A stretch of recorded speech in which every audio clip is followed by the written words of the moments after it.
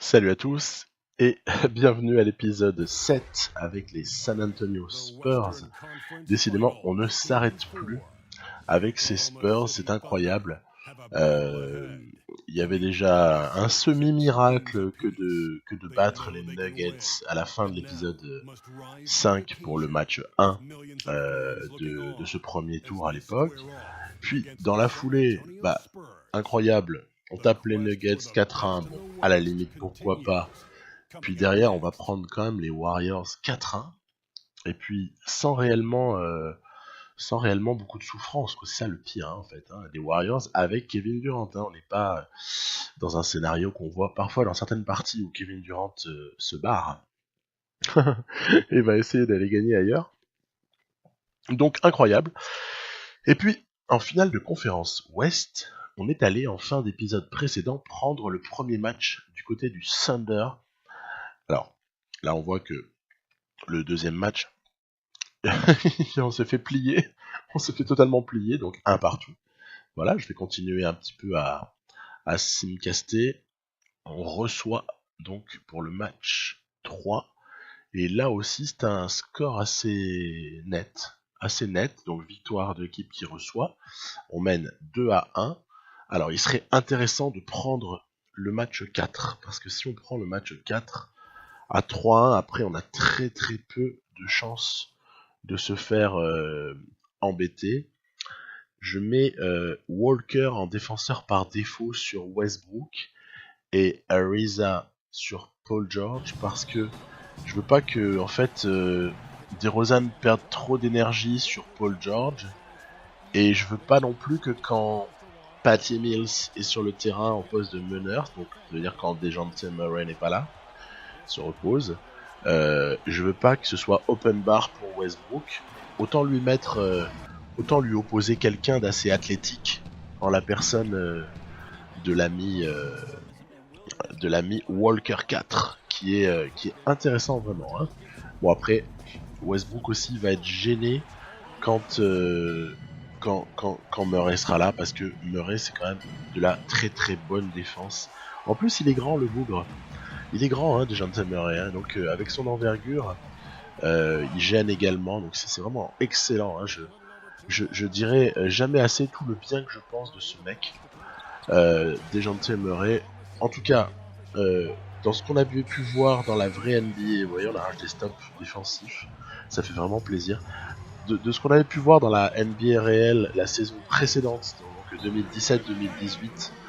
2017-2018, et d'après aussi la perception qu'on peut avoir de DeJounte Murray dans NBA 2K, bon, les deux se rejoignent, hein, de toute façon, hein, il y a vraiment une cohérence, c'est le même joueur. Qu'est-ce qu'il est sympa à voir. Après voilà, hein, peut-être en regardant mes différentes séries avec les équipes là que j'ai prises là depuis le début depuis la sortie du jeu, on peut voir déjà une petite similitude, hein, avec les Knicks. J'avais comme par hasard au poste 1 Chris Dunn et Frank Ntilikina, donc on peut pas dire que ce soit réellement des profils faibles en défense, hein, c'est le moins qu'on puisse dire.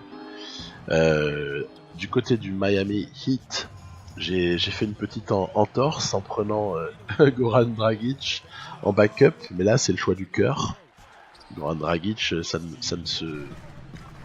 se respecte. Puis bonjour le QI, bref voilà, on retrouve offensivement ce qu'on avait vu, la foire d'empogne, c'est les playoffs, on se bat comme des chiffonniers.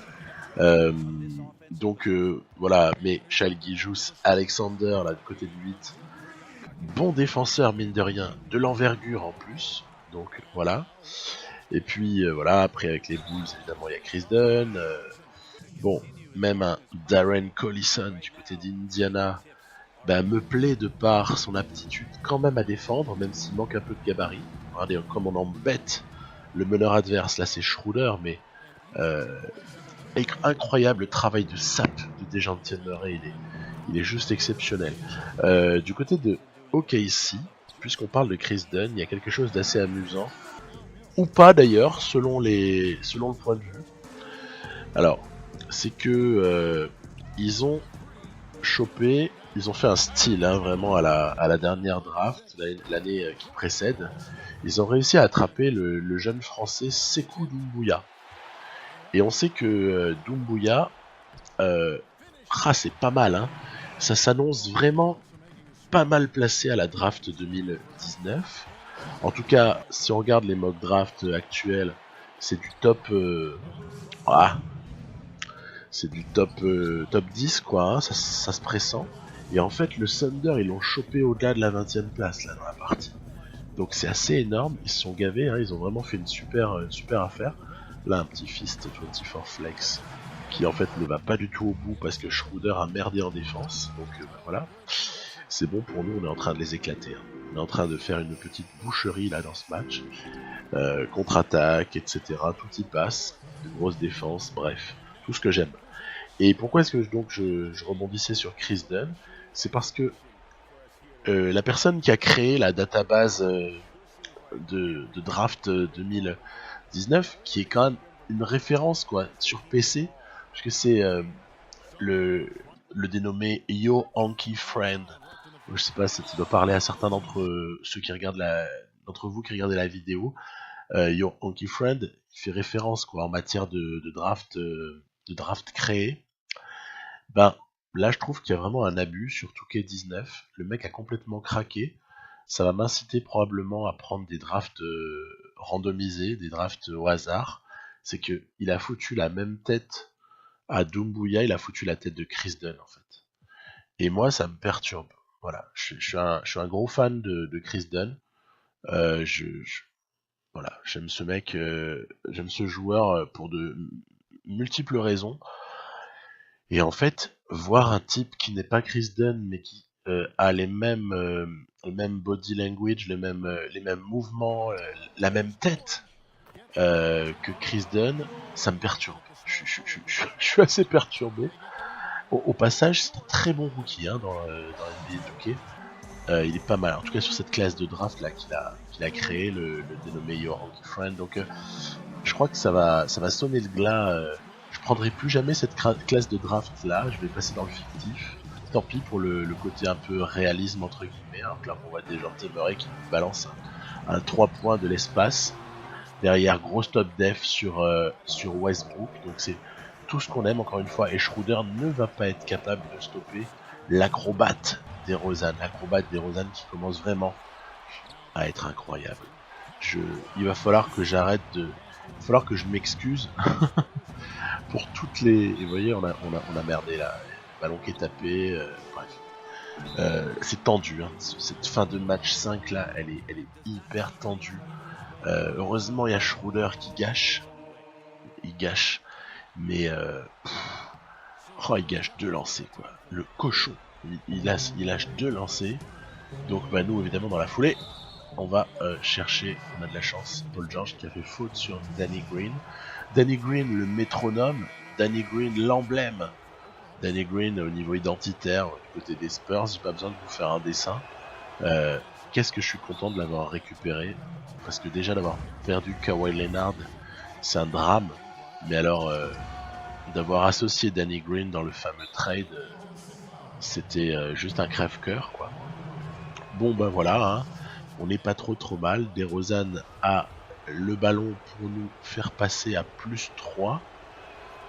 Voilà, plus 3 c'est déjà pas mal, ça veut dire qu'on est sûr de ne pas perdre sur en tout cas la prochaine possession. Alors là par contre, bonjour la défense. Du coup, allez vite balle à DeRozan, on est toujours dans le fall game. Match, j'ai pas envie de le lâcher celui-là parce qu'en fait, OKC, ils ont des défauts. Hein, je peux en parler, je les ai remarqués en les jouant, ils ont de gros défauts dans le jeu. C'est notamment que Robertson est inoffensif en attaque, que Gibson ne prend jamais de shoot extérieur, et donc finalement, si vous arrivez à... Alors que là, il nous plante le 3 points, George, donc ça va se jouer sur la dernière possession. Je vais prendre temps mort, histoire de monter la balle, pas perdre de temps, allez, on va tenter quelque chose. C'est pour Aldridge, joli move. Bah, voilà. Ça, c'est signé LaMarcus Aldridge. Et derrière, le shoot désespéré Westbrook qui touche l'anneau hein, quand même. Donc OKC, pour moi, il y a Gibson déjà qui est relativement inoffensif en attaque. Robertson est quasi totalement inoffensif en attaque. Donc si on arrive un peu à contenir George, Westbrook, Schroeder, Adams, bah franchement le boulot il est déjà pas mal fait quoi. Donc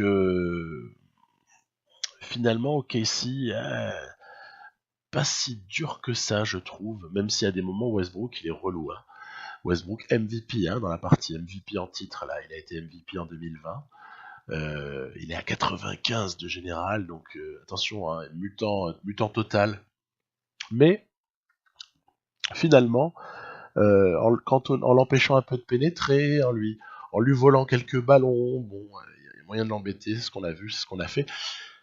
On passe à la suite, et ouais, la suite c'est quand même une finale. Bah, honnêtement, je pouvais pas rêver une meilleure finale, même si je suis plus fan des Celtics que des Raptors.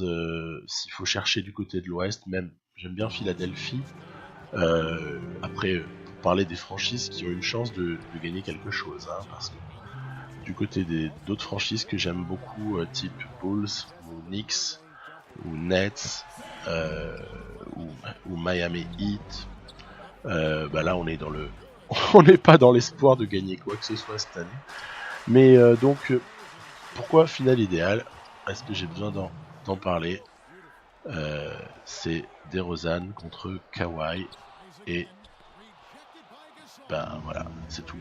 Voilà, ça pose le truc. Donc DeRozan, s'il a envie de mettre les choses au point, c'est maintenant. Voilà, s'il veut se venger pour le trade là, qu'il a éloigné de sa patrie, en tout cas, hein, il n'est pas canadien, mais qu'il a éloigné de son endroit, de sa maison, hein, quasiment. Ben, c'est maintenant qu'il va falloir se venger. Tiens, bam, tiens, prends-toi un petit fist 41 Rip Out là, il est pas mal celui-là. Rip 4 plutôt. Avec la petite passe là vers l'intérieur qui coupe. Donc là pareil, pick and roll Aldridge contre Aldridge DeRozan. On va vite transférer la balle à Aldridge parce qu'il est devant un petit, par la personne de Kyle Lowry. On est toujours sur l'opportunisme hein, dès qu'il y a une mismatch. Alors là par contre, la mismatch elle était en ma défaveur et j'ai pas assez collé Lowry, donc mal joué. Ballon perdu des Raptors. Lowry est un bon défenseur, mais sur pick and roll, DeRozan est tellement fort en fait que arrive quand même à s'échapper, même si l'autre colle. Quoi. L'autre est vraiment très très collant. Ça se passe pas trop mal. Ça se passe pas mal du tout, même si bon bah voilà, Ibaka est dans plutôt un bon début de match. On n'a pas encore beaucoup vu Kawhi Leonard, mais je peux vous assurer qu'il est là. Et bien là, voilà, hein, l'image de ce panier là. Anunoby va avoir une petite séquence là où il va ramener les Raptors alors qu'on était à 8 points d'avance. Il va les faire revenir. Bon, c'est tendu, faut rien lâcher. C'est pas un match d'attaque. Hein. Quand on voit le score, on a pigé.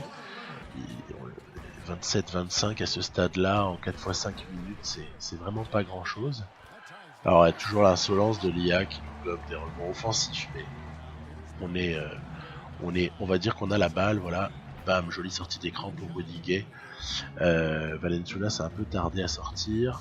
Derrière, ils ont Caldwell Pope, ce qui est plutôt une bonne idée. Une bonne idée pour le poste 2. Là, ils ont remplacé en fait Danny Green par Caldwell Pope. Alors, si j'étais dans la NBA réelle, je ne pense pas que j'échangerais Danny Green contre Caldwell Pope. Je préférerais Danny Green. Mais dans le jeu, franchement, ça se vaut. Franchement, ça se vaut, voire même Caldwell Pope est un peu plus jeune et un petit peu meilleur. Donc voilà. Après, derrière, le shoot raté. J'ai pris un shoot casse-croûte à ce moment-là. C'est assez moche. Heureusement, je coupe la contre-attaque. Sinon, Leonard, il allait être ouvert à 3 points. Si Lowry faisait encore 2 dribbles et une passe. Donc, ouais, j'hésite jamais à faire des sales fautes. Hein. Il n'y a pas de problème à cela. Allez, on menait presque largement et on a trouvé le moyen de se faire reprendre. C'est assez vexant. Derrière, en plus, la claquette d'insolent de Valanciunas là. Valanciunas, il peut être frustrant à des moments hein, parce parce que il prend des rebonds offensifs mais qui viennent de nulle part. Allez, balle au poste bas. On va attendre qu'un mouvement soit initié. C'est Danny Green qui va passer derrière un écran posé par Murray et qui va venir comme ça juste sous le cercle pour glisser la balle.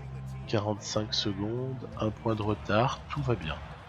On ne s'affole pas, surtout ne s'affole pas. Vous avez vu, j'ai Ariza qui est sur Lennard. Shoot casse-croûte pris par Valanciunas. Dans la foulée, nous on va essayer d'en profiter sur la contre-attaque. Allez, c'est pour toi l'ami. Oh, le 2, peut-être plus 1, en tout cas le 2 points avec la faute pour Aldridge. Oui, 2 plus 1, donc on passe 2 points devant. C'est pas mal, c'est pas mal. Du coup, avec le décalage, vous avez vu, j'ai DeRozan qui défend sur Ibaka, mais comme Ibaka s'écarte, il n'y a pas de souci. Et puis, Kawhi va égaliser. Voilà. Très très belle action de Lennard. Allez, on a encore une fois un ballon pour la gagne. On va pas s'énerver, on va laisser un petit peu le chrono. Lennard est sur DeRozan, donc il va falloir voir ce qu'on est capable de faire. Je vais appeler un écran. Tiens, ça tombe bien, c'est Aldridge. Et en vitesse, DeRozan va rappeler à tout le monde que Toronto n'aurait peut-être, en tout cas là je le dis fictivement dans la partie, Toronto n'aurait probablement jamais dû les changer, puisque c'est quand même DeRozan qui est venu les tuer à domicile. Waouh, gros panier que ce panier de la gagne. Bonne pose d'écran, en fait, il vient à gauche, Aldridge, et Lennard anticipe, en fait, pour passer sous l'écran, mais en supposant que DeRozan va prendre l'écran. Et en fait, du coup, je vais tout droit, puisqu'en fait, il m'ouvre le chemin vers le cercle. Donc, c'est un très bon défenseur qui, finalement, a été victime de son anticipation. Ça servait à rien d'essayer d'anticiper là-dessus, parce qu'avec sa vitesse, avec son envergure, Lennard il nous aurait gêné de toute manière, et au lieu de ça il nous a ouvert le chemin vers le cercle que Valanciunas a été incapable de fermer. Voilà, il n'a pas pu fermer l'accès. Donc très bien, 1-0. Bon, allez, il faut continuer. 1-0, ça part pas trop mal. Dejounte Murray et Walker 4 ont été assez discrets en attaque sur ce match, mais par contre, ce qui ne se voit pas dans les stats, c'est qu'en défense, c'était de vrais chiens, et ils n'ont absolument rien lâché, donc voilà, très très content d'eux, même si la contribution a été assez limitée. Alors, on va simcaster un petit peu, là voilà, donc ouais, d'accord, ça part perdant là pour le match 2, donc 1 partout. Match 3 du côté de San Antonio, mal parti également, très très mal parti. Ok, c'est une défaite, on est mené 2-1, donc attention, hein. Mené 2-1, ça veut dire que le match 4, il faut le prendre. Hein. Si on le prend pas, malheur total. Donc on l'a pris, ouf, 2-2. Bon, ça commence à devenir bien chaud. On va, allez, s'il me casse encore. Le match 5, mais avec peut-être la possibilité de rentrer, on va voir. C'est très serré. Allez, je vais rentrer parce que on mène de 3 points à 4 minutes de la fin.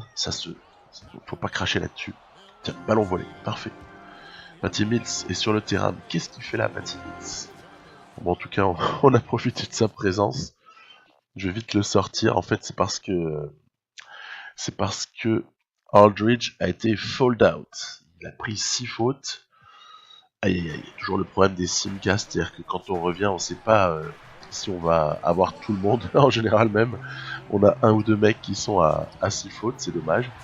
Donc là, sans Aldridge, c'est pas rigolo. C'est pas rigolo parce qu'en attaque, on n'a plus qu'une seule solution. Alors du coup, malgré la faute DeRozan marque, je vais être obligé de jouer de manière encore un peu plus restrictive. Pick and roll, hein, pick and roll. Et puis l'ami DeRozan, vous voyez le festival qu'il fait, il est déjà à 38 points à ce moment-là. On va l'envoyer sur la ligne des lancers. J'ai un petit peu, j'ai monté pas mal cette fin parce que en fait presque tous les points marqués là sur la toute fin, c'est presque que des lancers francs. Je vais aller chercher des fautes en fait. Et puis en face, quand Kawhi est maladroit, ils ont toujours l'assurance Valanciunas, ou leur fuck game. Valanciunas qui nous aura saoulé de claquettes ou de rebonds offensifs. C'est terrible, c'est vraiment terrible. Surtout, Poeltl a du mal un petit peu à rivaliser avec, même si je trouve que Poeltl, c'est vraiment de mieux en mieux. Hein.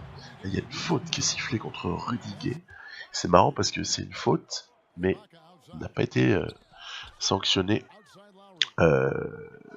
par les lancers. Bon bah pourquoi pas. Grosse lutte encore au rebond, mais voilà, on a réussi.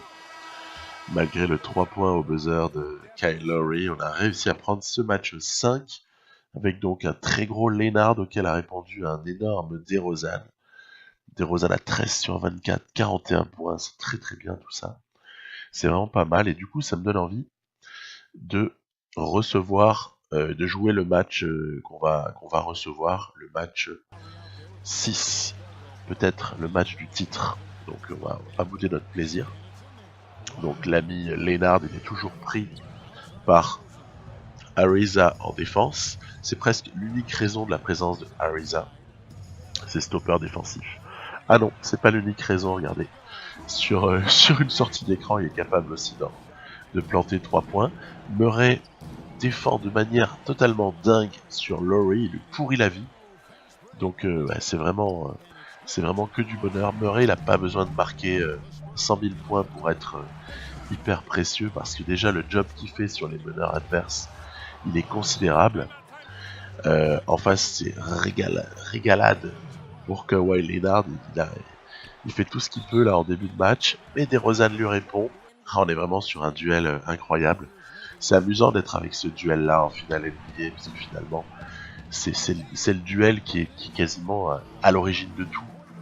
Hein, cet échange de l'été 2018, encore du DeRozan acrobatique. On est devant sur ce premier quart, mais les Toronto Raptors vont prendre un petit peu le score là. Donc hop, je recommence pick and roll. Poeltl, j'en parlais juste avant, je le trouve de plus en plus intéressant. Poeltl, il pose notamment des écrans assez corrects. Bon, c'est déjà ça. Je suis en fait en train de me demander si Poeltl, je ne vais pas le re-signer. Alors qu'à la base, j'aurais évidemment pensé encore une bataille de chiens ici, gagnée par les Spurs et notamment par DeJounte Murray. Je pensais pas forcément conserver Poeltl au début de la partie. Et plus ça va, plus je pense que son extension, il va l'avoir.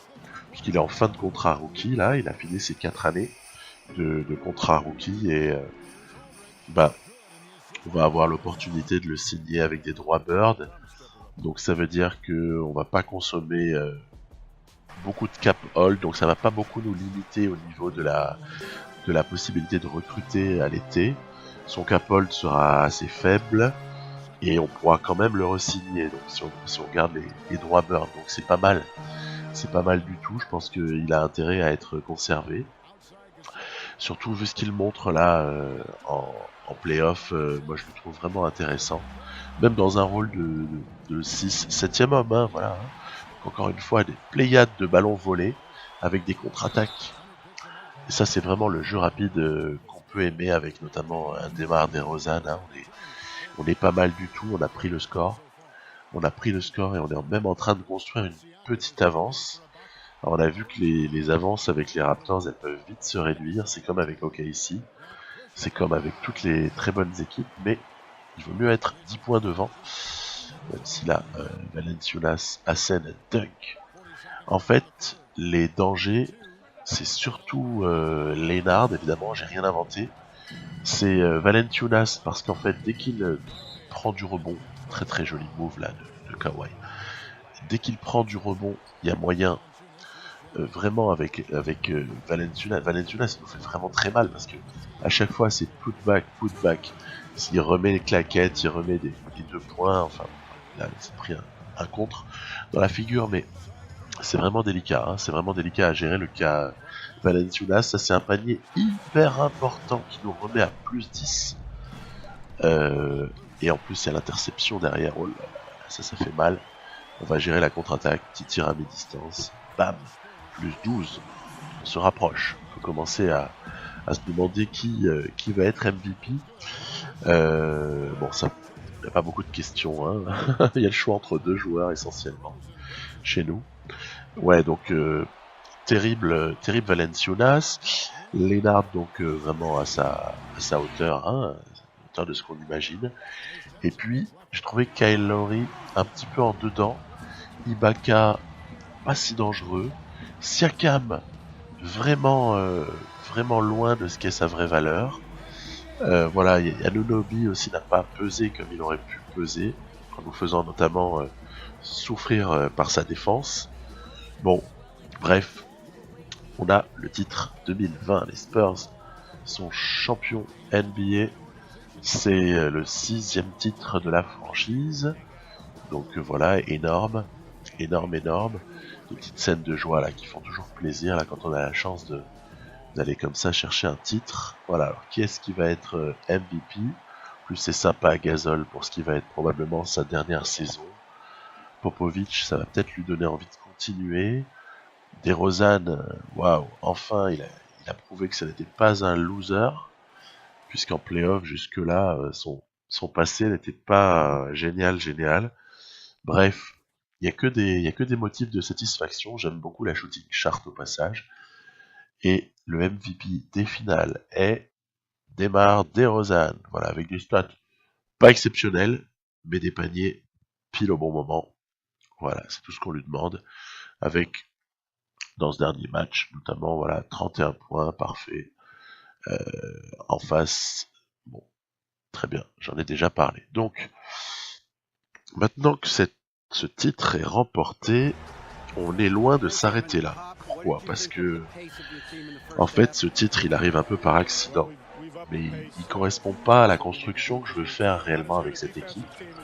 Cette équipe, je veux la baser sur DeJounte Murray. Je veux la baser sur Walker 4. Je pense que je vais aussi la baser pour ce qui est de l'apport, comme ça, de minutes. Environ 27 minutes, 24 minutes. Poltel va rester. Il va falloir prolonger donc tout ce petit monde. On a Samanic, le fameux rookie qui était une année encore en Europe, qui arrive. Et il y a beaucoup de questions à la Free Agency. On verra ça donc très prochainement. Je vous dis rendez-vous à l'épisode 8. Bye bye.